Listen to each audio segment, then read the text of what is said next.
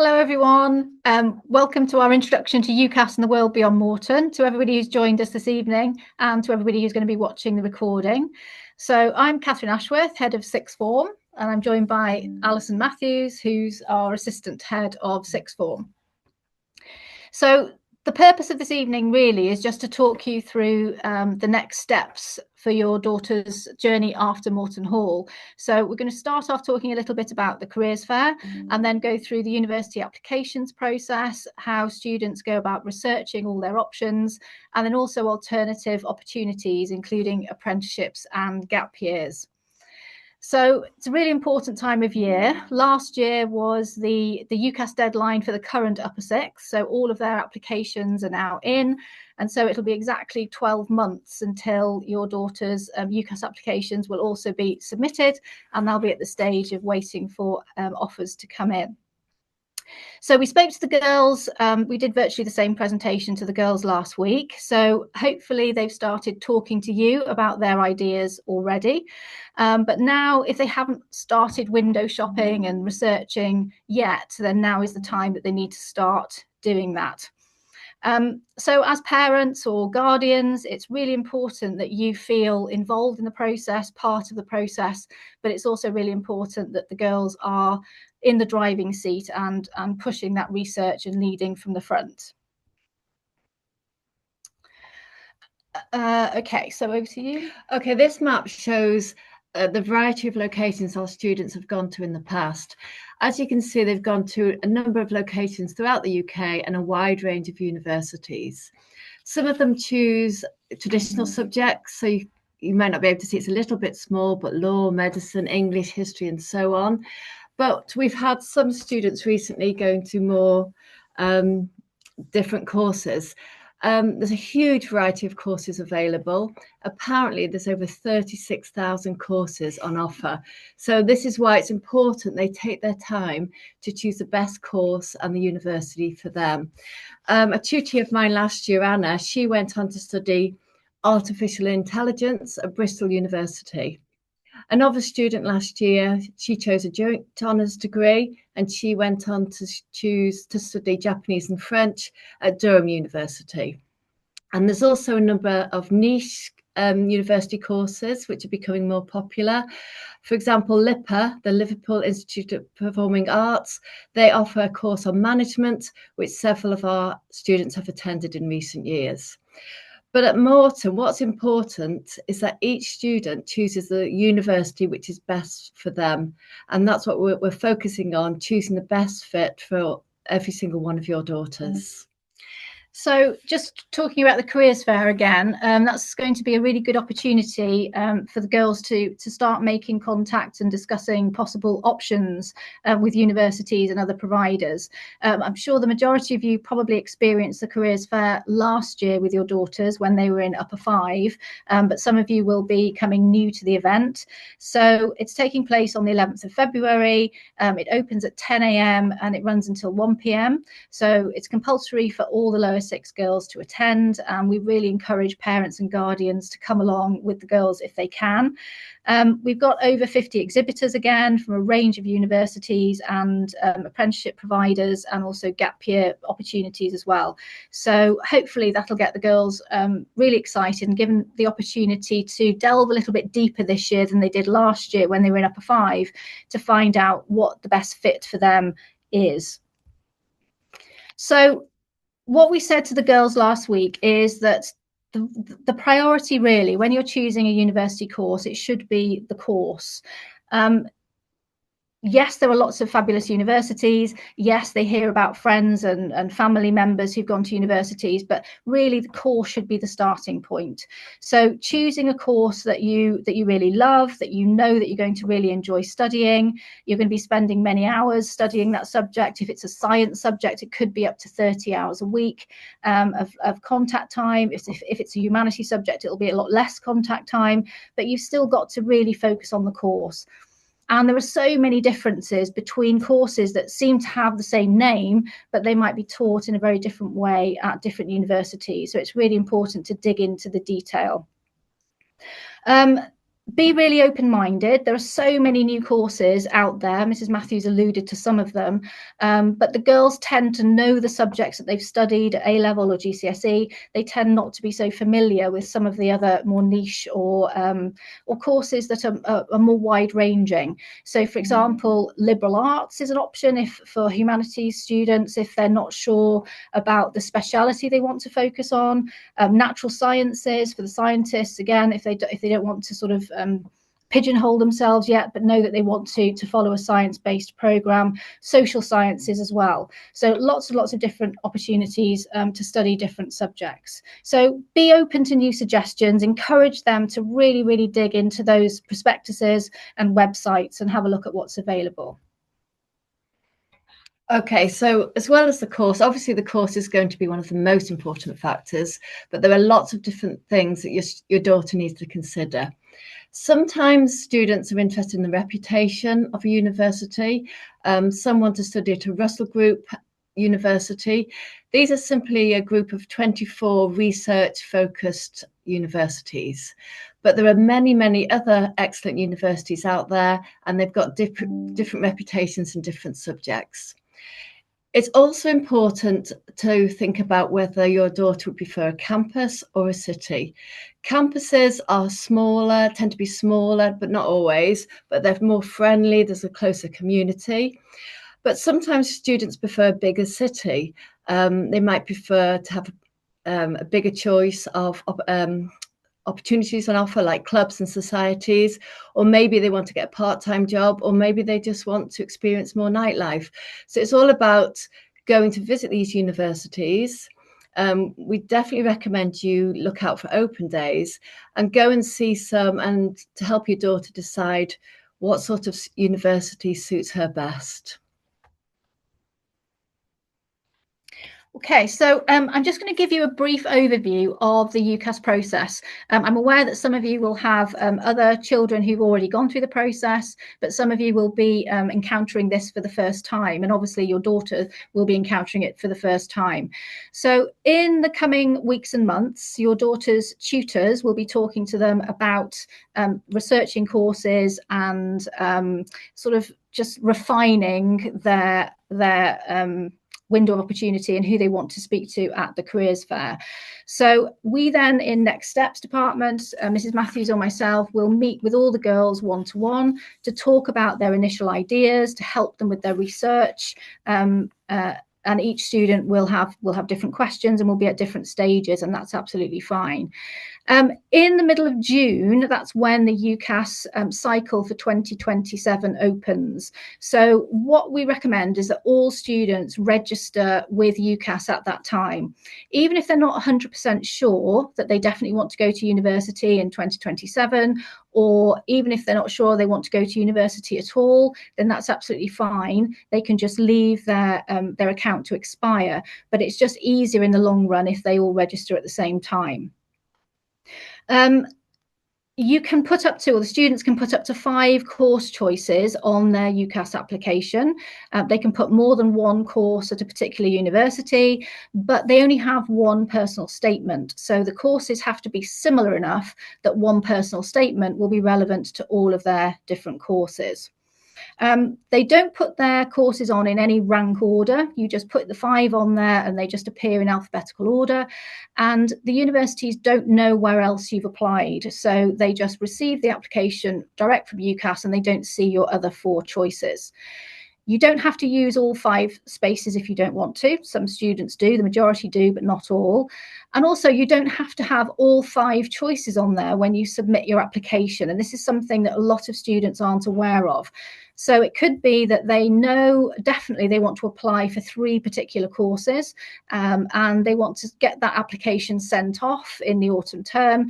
We would encourage them to do that, and then they have until the January deadline to add their other 2 choices. Maybe they need a little bit more time to think about those other choices. So it can be submitted with less than 5, and they can add the 5 nearer the time of the deadline. The online form is relatively straightforward to complete. We help them with that. Their tutor will help them with that. The personal statement is probably the thing that takes a little bit more time, but we'll talk to you in a bit more detail about that in a second. They then submit their application. So we aim for November of the autumn term of Upper Six. So we aim for that week around EXIAT in November as an internal school deadline. And there are two reasons for that. One is if they submit their application relatively early in the cycle, they're likely to get early offers, and that's really motivational for them. And also, if they submit it before Christmas, they can then focus all their attention on revising for their mock exams and preparing for their A-levels, and it just gets the whole sort of process out of the way nice and early. So once the application has been submitted, they're just waiting for offers to come in. The other thing that we have to put on there is our reference. So our reference is the same length as their personal statement. We have 4,000 characters for their reference. I write all the references, and they're basically all 100% positive. We have information from their subject teachers, from their tutors. We include information which is predominantly academic, but also how they contribute to the wider life of the school as well. And we also put their predicted grades on there. So their predicted grades will be officially given to the girls in June after they've done their end of summer exams. And then by May, so they're waiting for offers to come in. They will either get an offer which will say we want X number of A-levels, or they want a certain number of points. And then by May, they have to then decide on two choices. They choose what is their firm choice, and then what's their insurance choice. If they're holding more than two offers, then they would have to reject their other offers at that point. But they have a long time to think about it. They'll have their mock results by then as well. So some students, and I think there was a question about this submitted beforehand, some students decide that they don't want to go to university straight after school. They might want to take a gap year. We have our saying, what's a Moretonian? Always a Moretonian. Sometimes we've had students, I think the record was somebody came back 7 years after leaving, and we will support students with their application. So there are two things that you can do here. You can either apply straight away with everybody else in your year, but when it says what year do you want to start the course, instead of 2027, you would just choose 2028, and that's a deferred application.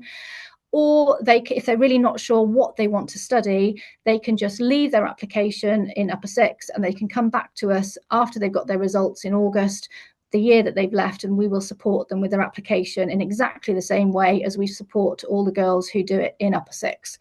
So we would help with the application form, we'd provide the reference in exactly the same way. Okay, so the UCAS website is a fantastic source of information. When we saw your daughters last week, we recommended them to set up to open an account or register on the UCAS hub.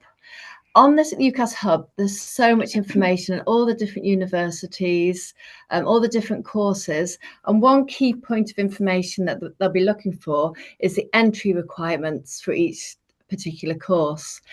Often the entry requirements are specified in terms of grades. So it could be, for example, AAB, but some courses give an offer in terms of points. So, for example, an offer of AAB would be equivalent to 128 UCAS points. Now, we've attached a link, so when we share the slides later on, if you click on the link below, you'll find even more information which is related directly for parents, and they will give you more information about what's available on the UCAS website. Okay, so just going back to the UCAS form, as well as all the personal information and personal statement and all those sorts of things, they have to include their qualifications.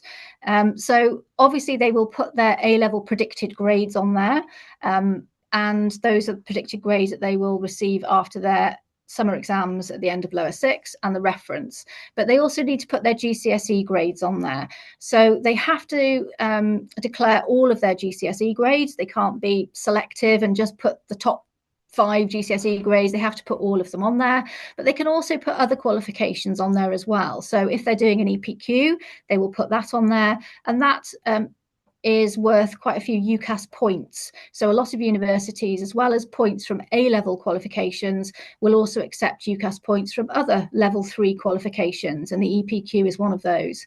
The other one that is really valuable is the ESB. I'm sure your daughters are all preparing for their ESB exams, which will be in March. It's a lot of work. They either love it or they hate it. But in terms of UCAS, it's worth a huge number of UCAS points. So really encourage them to do as well as they can in that qualification, because it is a grade 8 qualification. It's a level 3 qualification, and it does carry a lot of UCAS points. Also, music qualifications, anything above grade 5 in music also carries UCAS points. And then things like D of E. D of E doesn't carry UCAS points, but it can be put on as a qualification because it's an opportunity for them to demonstrate lots of other skills that they've gained through completing that qualification. Any STEM students, they complete a lot of Olympiads, so they might do the biology Olympiad or the chemistry Olympiad through sixth form. Those can be included on the UCAS form, as can all their maths challenges and things like that. So really encourage them to put as many of those qualifications on there as they can. And then the personal statement is really at the heart of the application. It's a really important part of the application.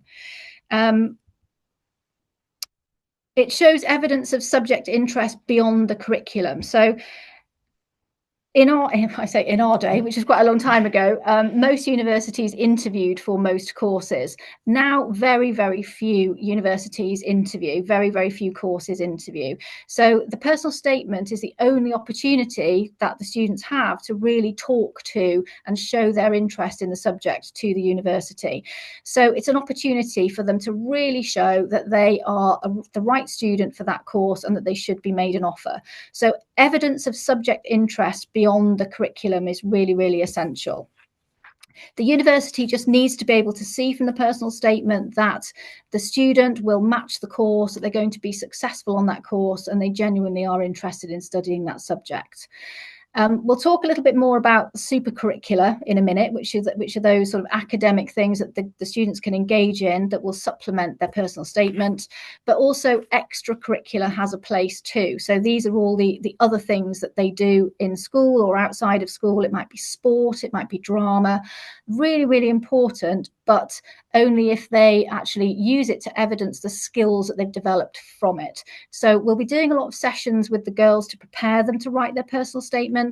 In June, we have an admissions tutor comes in from a Russell Group university to run a session with the girls to show them the do's and don'ts of writing a personal statement, what they like to see, and also what they don't like to see. So they'll get a lot of support with that. It's really important that it is an opportunity for the students to show their authentic student voice. The universities know that these are 17-year-old students applying to university, and they need to sound like 17-year-old students. So even if the temptation is there to support them, to write a bit for them, please don't. And also AI, please also reiterate the message that we give to the girls is AI cannot write a good personal statement. The universities have very, very sophisticated AI checkers, and also it's not your authentic voice. It should be a really enjoyable experience being able to write a personal statement and explain why you're really excited to study that particular course. Okay, the personal statement used to be just one single document with 4,000 characters. But a couple of years ago, they broke it down to make it a little bit simpler for the students. It didn't really change much, but they just gave a little bit more guidance. So basically, the personal statement is made up of 3 questions. They're allowed 350 characters for each one. So the first question is basically, why do they want to study that course? So in this section, they have to demonstrate their passion for the subject. They have to say what's motivated them to choose that course, and basically to show the university that they really want to study that course and they'd be a good fit for that university. Question 2 is about their A-level qualifications, their academic achievements. So in this section, they'll be writing about their A-levels, but they'll include other things like their ESB or perhaps any subject exams they've entered. Question 3 includes the things they've done outside of academia.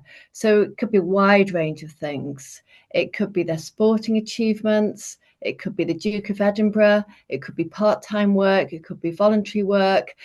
But the most important thing is whenever they write about these things, it's important not just to write a list, but to reflect on each one. They have to think about the skills that these extra activities have given them and relate it to the course they have chosen. Because as Mrs. Ashworth just said, the personal statement is their opportunity to show the university where they're a good fit for that course. Okay, so this slide is just relevant for any of your daughters who are thinking about applying to courses at Oxford or Cambridge, or applying for medicine, veterinary science, or dentistry. So I won't spend too much time on these slides because we will talk to these students separately about these bespoke courses. But just to note that there is an earlier deadline. So whereas the UCAS deadline is January the 13th next year for all UCAS courses, these courses have a much earlier deadline. So the UCAS deadline is October the 15th, which means that our internal school deadline will be probably 2 weeks before that, so around the first week of October, because we need time to add our reference and our predicted grades, etc. Many of these courses, the vast majority of them will include an interview and also an extra entrance test. So they don't just rely on predicted grades, there will be specific entrance tests for those courses. Also, it's worth noting that if your daughter is applying for medicine, dentistry, or veterinary science, only 4 of their choices can be those courses because they are so competitive, and because the statistics show that not everybody will get into those courses. There are far more applicants than there are places. Their 5th course has to be a different choice. The entrance test for medics and dentists would be the UCAT test, but for mathematicians or historians or language students, there are specific university tests for those subjects as well. We help the girls prepare for those tests. They have mock examinations in those tests, but again, we will talk them through that near the time. And Mr. Reynolds, who is our fantastic Oxbridge coordinator, will be running sessions specifically with those students to help them prepare. We talked about the importance of supercurricular. So the EPQ is a great way to show your interest in a particular subject. And we would recommend that all applicants for these particular courses definitely complete an EPQ. Some students go down the art route. We have a lot of students who are interested in design-based courses, and there are 2 routes that you can take for this. So a lot of our students do an art foundation diploma after A-levels and before going on to do a degree. The art foundation diploma is a 1-year diploma. There are no course fees if you're under 19, which most people will be when they start this. So you don't pay any tuition fees for that year. But if you go and study it at a university or an art college away from home, you would have to pay for obviously accommodation and things, but there are no actual course fees for this. It's a really good way of deciding which creative fields you want to go into. So you might know that you want to do something art related, but you might not have experienced all the different disciplines. And so this gives you an opportunity to study all of them for a year and then decide what you would like to do. Some of the most competitive art courses, so at University of the Arts London, for example, some of their degree programs will only allow applications from students who have done an art foundation year first, but not all of them are the same. Some universities will accept applications to degree level programs direct from A-level, as long as you have a really good portfolio that they would expect to see before making you an offer. And then there is a separate application process for any students who are interested in performance courses. These are music performance or drama performance courses. This goes through a separate application called UCAS Conservatoire. There's a link there to more information about that, but they have an even earlier deadline of the 1st of October. So if anybody is thinking of a performance course in either music or drama, then it's really important that they let us know that nice and early on. Okay, this slide was included to remind your daughters about the importance of working hard throughout their lower sixth year. They'll be doing their lower six exams in the May before half term, so it's really not that far away. And they're going to be important because they'll help teachers when they write their UCAS references in the autumn term. Universities like teachers to refer to examination results, so obviously the lower six exams will be something that we will mention in those references. So we don't want girls to worry too much about this. Obviously, these exams are going to be important, but we will be looking at other factors as well. For example, teachers will look at the progress the girls make in the lower sixth year, but also how much progress they are expected to make next year as well. But we just wanted to make the girls realise that these exams will be important and they will be a factor in these predicted grades. Okay, supercurricular. We've touched on these briefly, but basically these will be discussed in question 3 of their personal statement. Supercurricular activities are anything that goes beyond the A-level specification. They're things that girls have chosen to do themselves independently, and they're things that they do themselves in their own time. They can be quite simple, like it could be reading a book, or it could be an article in a subject's magazine, or it could be something like a TED talk or a podcast or even a YouTube video. There's also more structured supercurricular activities available. On the UCAS hub, there's a section called Subject Spotlights, and these are very good because they give students the opportunity to experience university-style lectures. We also recommend any subject competitions on offer. For example, in maths, there are always a lot of competitions available for your daughters to enter.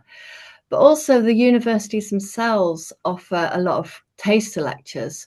I know that Sheffield University, for example, and York and the University of East Anglia, they send regular emails with lots of opportunities for students to experience taster lectures, and we forward these to the students on a regular basis. Also, we've got MOOCs. Those are massive open online courses. One of the best known of those is the Future Learn courses. So these are opportunities for your daughters to do mini courses.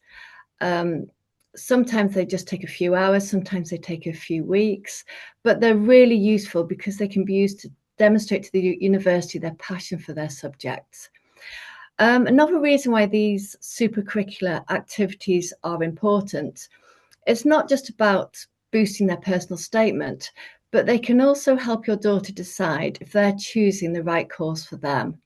If they're doing some of these activities and they think, oh, it's all a bit boring, well, that would suggest it's not the right course for them. But we definitely recommend they start doing some of these and keeping a note of them so they can include them in the personal statement later on. Okay, so another thing that we encourage the girls to do, and I know some of them are already doing these things, is work experience and volunteering. As Mrs. Matthews said, if they find supercurricular activities boring, they also need to go and do some work experience. If they're thinking of studying law or veterinary science or something like that, they need to make sure that they understand what the world of work will look like if they decide to go down that path. So work experience, really important for them to understand what their future career ideas involve, but also the universities like to see that they understand what career opportunities will follow on from the course that they're going to be studying. Ideally, work experience should be in person, but it's not always easy to find work experience opportunities at a time that's convenient for everybody.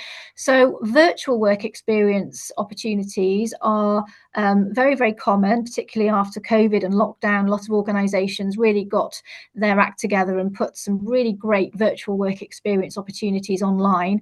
And again, on the UCAS hub, there is a section dedicated to virtual work experience opportunities. For any international students, work experience is valid wherever you do work experience. So students can do work experience in their home country, and it's still just as valid as work experience over here. So not only does it show genuine interest in the subject, but it also shows a community spirit as well. If you're volunteering and if you've committed to volunteering for a long period of time, particularly, then there are a lot of skills that can be showcased in your personal statement through that. Okay, we recognise that not everybody wants to go to university, and apprenticeships are an increasingly popular option for a lot of young people these days. This slide has got a lot of active links, so all of these images on here are links that you can click through when we share this slideshow. Apprenticeships are now available in nearly every sector of the economy. So a lot of professions, civil service, law, all sorts of different professions are offering apprenticeships now at different levels. And degree apprenticeships are something that a lot of students are interested in. There are pros and cons of doing the apprenticeship route. One con is that it's quite difficult to navigate the apprenticeship sort of application process, because unlike UCAS, there isn't one application or one site where all of these apprenticeships sit. The deadlines for application are all different for each organisation, so it can be quite time consuming to look for them. However, UCAS are also really keen to make sure that all opportunities are available to young people. So they now have a dedicated section on their website, which hosts a lot of information about degree apprenticeships, and they can also search for degree apprenticeship opportunities there as well. On the same day as the careers fair, on Wednesday the 11th, but in the afternoon, Unifrog, which is a really good online platform that we subscribe to, they're holding an online apprenticeship fair. So if your daughters are interested in finding out more about that route, then I would definitely suggest that they log on to their Unifrog account, and they can hear lots of big, well-known corporations talking about the opportunities that they have. It's a very different experience. A lot of the girls don't really understand what an apprenticeship involves, so we have spoken to them a little bit about it already. But obviously, working and studying at the same time is quite labour intensive. It's quite hard work, but obviously they wouldn't have any student loan, they wouldn't have any student fees, so they're also getting paid at the same time. You would apply for the apprenticeship opportunities with the organisation who's offering the apprenticeship. So you apply just like you would for a job. It's quite an arduous process. It's a little bit like sort of grad schemes. They are very competitive, so the process can be quite long. But you also then obviously are paid for the work that you do, but you also will study with whichever university the organisation has paired with to get your degree in whichever subject that you are studying.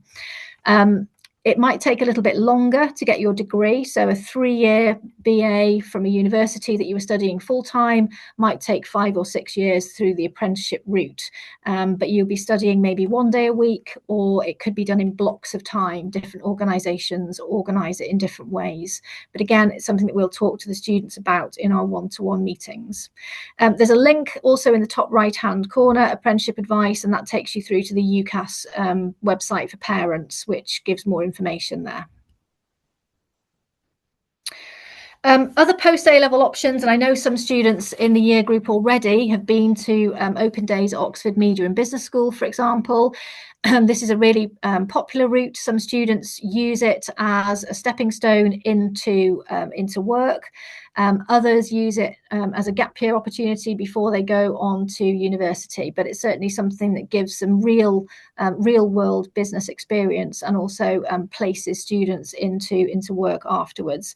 And then obviously gap year, again, very popular. It tends to fluctuate. We have some years where we have a large percentage of the year group go and do gap years, and other years where only a few will go and do gap years. So it really does fluctuate. But again, there's a link there to gap year opportunities, and we can help the students with that. And at the careers fair, we've got quite a few gap year providers coming as well who you can talk to.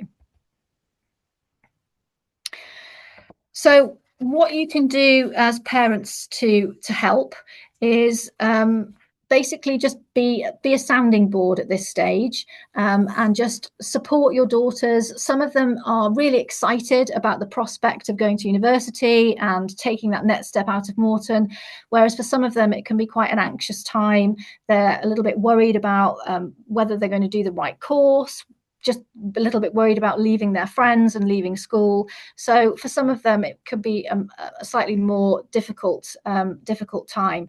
But please encourage research, encourage them to go to open days, go with them, or they can go with a group of friends, to just enjoy having a look at this stage. Is there anything else you want to add to that one? No, yeah, just be supportive, and perhaps read through their personal statement. Don't help them too much, but perhaps just read it through, make sure it flows, and just check for spelling and punctuation. So this is just a reminder of the timeline. I'm not going to read through it. You can read through it and you will be sent the slides afterwards. But this just maps out sort of where we are now and takes us all the way to results day in August of 2027. So I'm just going to leave you with that thought. Hopefully it's an exciting process. Can be quite traumatic for parents thinking about their daughters going away to university, some going further afield than others. I know some students are interested in studying abroad as well. But we are here to help the girls, and we're here to answer your questions at any point, either online, by telephone, or in person. We're quite happy for you to pop in and chat to us at any time. So the chat is available. So if anybody has any questions that they would like to ask, if you could just pop them in the chat now. Otherwise, thank you very much for joining us on a Monday evening. Okay. It depends where they want to apply. We would try and support them in the same way that we support students applying to the UK. If we can't help them specifically with advice, then we can certainly recommend organisations that do. But we have students in the past who've applied to many, many different overseas institutions. We provide references in exactly the same way as we do for students applying to UCAS, but obviously we will put them in whatever format is required for that particular country. We provide transcripts, so academic transcripts to support their application. So it's just a case of them making one-to-one appointments with us, and then we will go from there. Any other questions? Okay, well, you have the email, as Mrs. Ashworth said. You're welcome to contact us anytime. So yeah, thank you very much. Okay, thank you very much. Oh, hang on, another question. Do pupils have time off to attend open days abroad and here in the UK? Yeah, very good question. Yes, we do encourage and we support girls going to open days. It's really important that they go and see the university that they're thinking of studying at. We do have a system in school, so there is an official form that the girls will get from their house mistress that they need to fill in, and they just need to get approval from their tutor and any subject teachers if they're going to miss lessons that particular day. And it's just really so that we can monitor what they're going to be missing. But yes, it will be an approved absence if they're going to an open day. We would encourage them to go to open days at a weekend. Obviously, if they're going abroad, it might take a couple of days, but usually in the UK, open days are on a Friday and a Saturday. So we would really strongly encourage students to attend a Saturday open day if they can, but we realise that that's not always possible, but we do support attendance at open days.